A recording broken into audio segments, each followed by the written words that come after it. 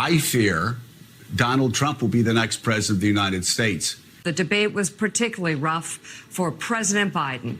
Concerns about his age, perhaps his biggest weakness, according to polls, were on full display as he struggled through many of his responses, speaking with a soft, hoarse voice, which his campaign blamed on a cold.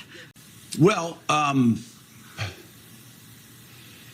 think I should start by saying, without any apologies, that I love Joe Biden and Jill. Joe, you did such a great job. You answered every question. You knew all the facts. And I will gladly debate anybody, anytime, any place, anywhere over the issue of whether Joe Biden has been the most effective president in passing bipartisan legislation, in expanding NATO, in responding to the rising threat coming from China, by flexing America's strength around China, by having the strongest economy in the world, bar none, the strongest economy actually relative to the rest of the world in 50, 60, 70 years, the strongest dollar in half a century. The strongest military relative to the rest of the world, I would argue, and many others would argue, since 1945. I think his presidency has been an unqualified success. If, however, you believe, as do I, and as do so many people who watch this program and who fear just how dark of a place a second Donald Trump term will take America, then I think it's critical that we ask the same questions about this man I love, respect, and whose public service in saving this country from Donald Trump over the last 3.5 years, I honor and always will. I think we have to ask the same questions of him that we have asked of Donald Trump since 2016, and that is, if he were CEO and he turned in a performance like that, would any corporation in America, any Fortune 500 corporation in America, keep him on as CEO? If this were Donald Trump, time and time again, we talked about the Goldwater. Where's the Barry Goldwater?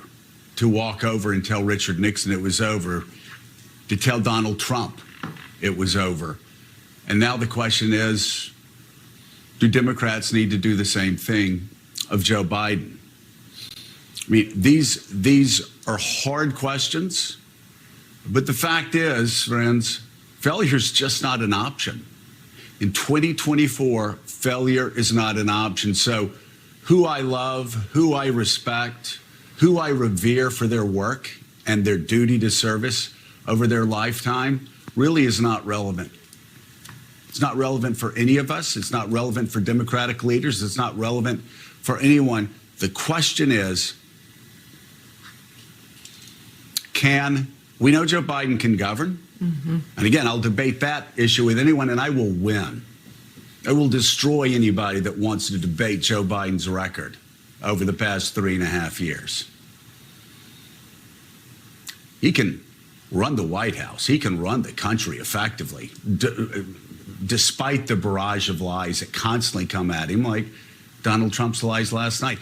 But can he run for president in 2024? Donald Trump lied over and over and over and over again. And Joe Biden couldn't respond to any of those lies. In fact, as the New York Times said, he spent much of the night with his mouth agape and his eyes darting back and forth. He couldn't fact check anything Donald Trump said. And not only that, he missed one layup after another after another. He couldn't respond effectively to Donald Trump trying to overthrow American democracy on January 6th. He couldn't respond effectively to Donald Trump's continued stream of lies about his own record. And he couldn't even respond effectively on the issue of abortion, where for some reason he darted wildly to the issue of immigration. And on immigration, as I said yesterday morning, any Democrat that can't turn to their Republican opponent and blast them for killing the strongest, toughest border bill in the history of America, drafted by a right-wing senator from Oklahoma, may not be up to the job. And so that's the question. I know people are waiting and say, oh, and David Plouffe, I have such great respect for David Plouffe. He said we need to wait 3 or 4 days because Donald Trump really turned off swing voters in a lot of focus groups once they saw him again. And that makes a lot of sense. But the door was opened so many times. This race should not be close. We've been asking, why is this race close? We have no idea why this race is close. We saw last night why this race has been close and why I fear Donald Trump will be the next president of the United States unless things change. And I will say, Mika, the one thing that I know that you believe it may have been because he was sick, and I'm open to that fact, because I'll just say, as I've said on the show, I spent 3 hours with this man, maybe back in March. 3 hours, cogent, on top of the issues, on top of every issue around the world. And last night, he simply was not on the biggest debate stage ever. And I think what surprised me and what surprised a lot of people very close to Joe Biden is the fact that this man always rises to the occasion. And last night was sadly for him, and I believe for Democrats in this country, and again, if you believe what's at stake at this election is what we believe is at stake, I'll even use the word tragically. He tragically did not rise to the occasion last night. Okay, so as you can see, you won't see us spinning here on Morning Joe at all. This version of Biden, intellectually, analytically, is the best Biden ever. But let me tell you what I believe, and then we'll go to Willie. Biden had a terrible night. He could not land a thought, not even in the closing statement, which is something, that's the easiest part. Write down a few words, go through them, go through the thoughts.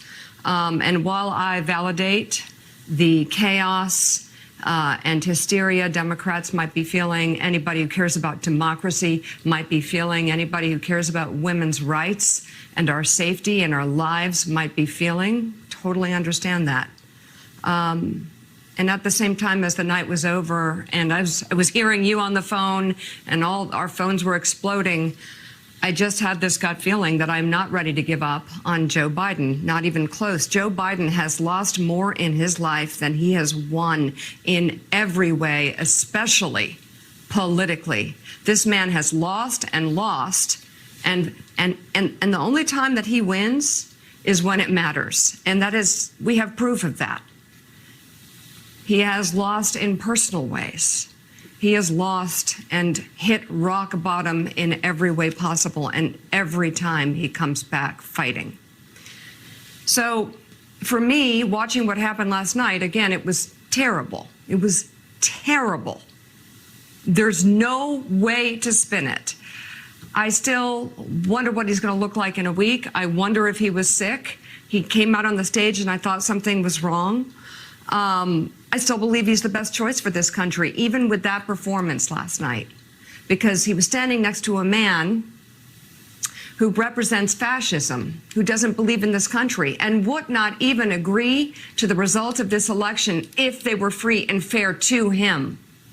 A man who has incited a riot, a man who tried to overturn the election, a man who's liable of sexual abuse, a man who is a fraudster, a man who is a convicted felon. So many times Joe Biden has hit rock bottom. Last night was one of them. And I'm just not going to jump to conclusions here and jump on the hysteria train. I am rocked a little bit by it, didn't like it, was really worried, but I really truly believe in him as a president and as a human being. Joe, you did such a great job. You answered every question. You knew all the